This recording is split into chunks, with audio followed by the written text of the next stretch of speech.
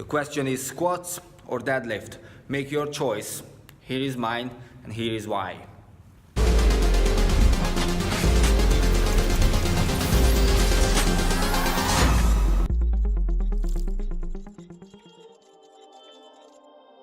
Greg from the Korriban. This question is from Danielle, and she asked me on Sunday if I had to choose between squats and deadlift, what would be my pick? First of all, the first answer is a no answer. I don't understand why would you have to choose between squats and deadlift, okay? Unless you're like running low on equipment or you don't have the necessary weights. See, we have a full set of dumbbells here.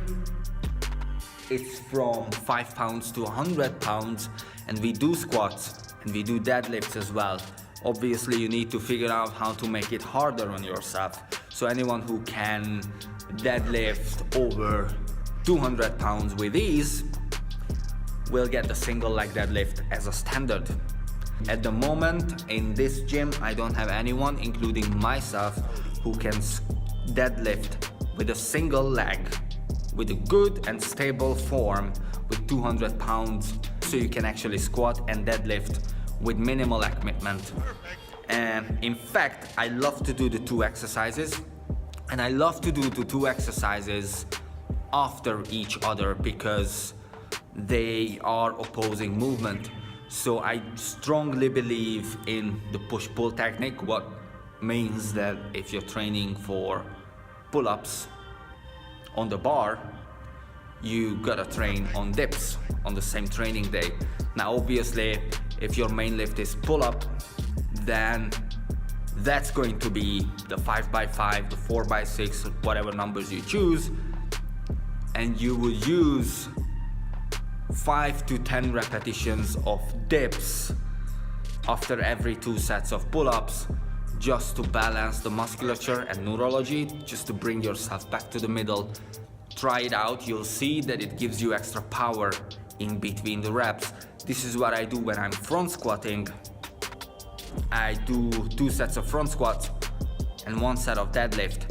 And I would deadlift with the same weight I use for front squat. The idea is not to load into the deadlift when I'm loading into the front squat. The idea is to activate the movement and practice the movement when I'm practicing the front squat.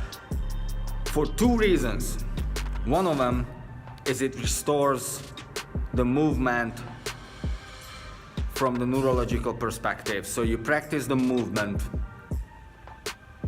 and you loosen your brain up from squat, squat, squat, squat, squat, squat, squat, squat, squat. You get, because you're doing 5 sets of 5 or 6 sets of 4, you're gonna pull your neurology toward the squat heavily, right? And then as you do the deadlifts in between, sort of just pull it back to the middle. So you're kind of balancing in the middle between the squat and the deadlift, and you'll understand why this is important in a minute. That's reason 1. Reason 2, it stretches you out and it helps you to recover from the squat so that you become stronger in your deadlift. By the way, boom, tick, tick, tick, tick, tick, tick, tick, tick. This is what you get for asking a question from me. Showing my cat. Well, it's actually not my cat. She is just coming into the gym, hanging around all day long. She's cute. So that's why I like to combine the 2 exercises, one after the other.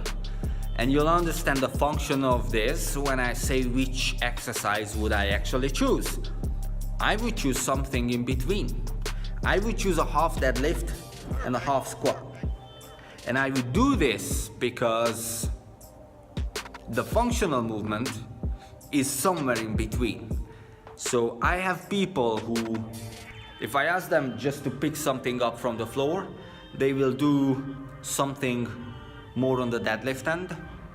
And there are other ones who would do something more on the squat end. Depends on the person's mobility, depends on the person's ability to squat or deadlift, which movement he or she is more comfortable with, and depends a lot on the physiology, right? People with long legs and short arms tend to do deadlifts.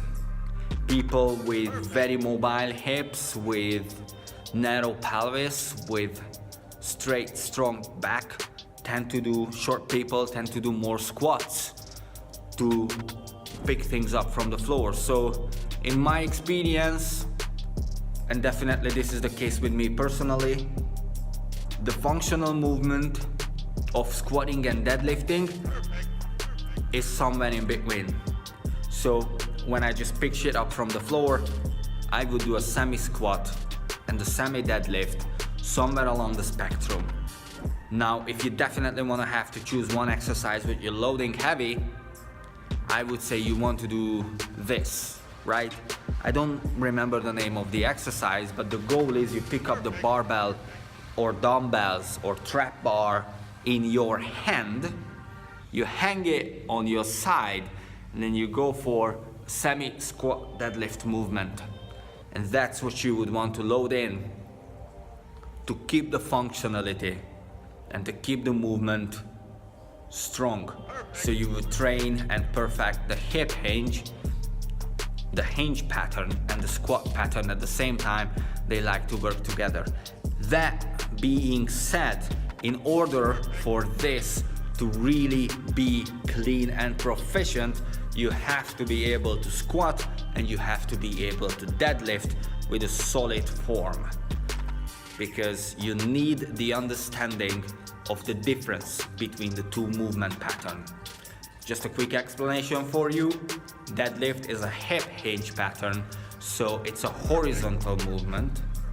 Squat is a vertical movement. That's the difference.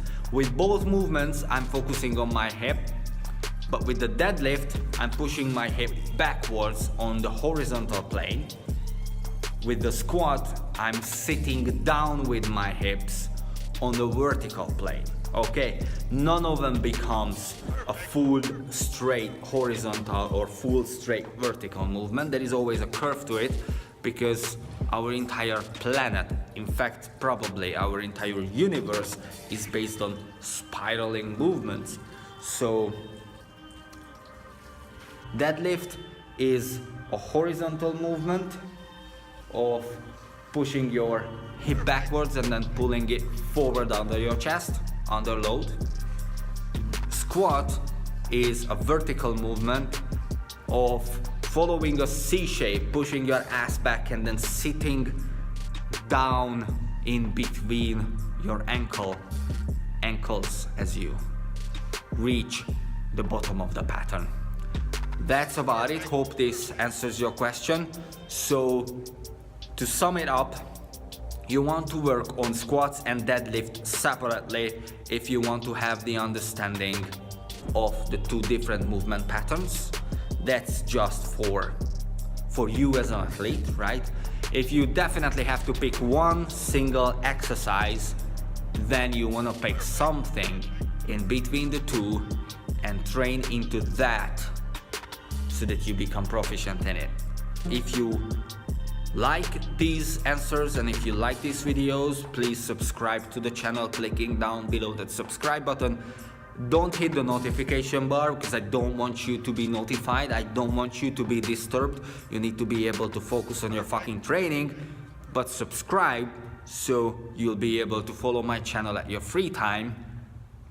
Comment, ask, and share, because we are feeding off the life force of our subscribers. So please feed us, otherwise we'll die hungry. Have fun. See you soon.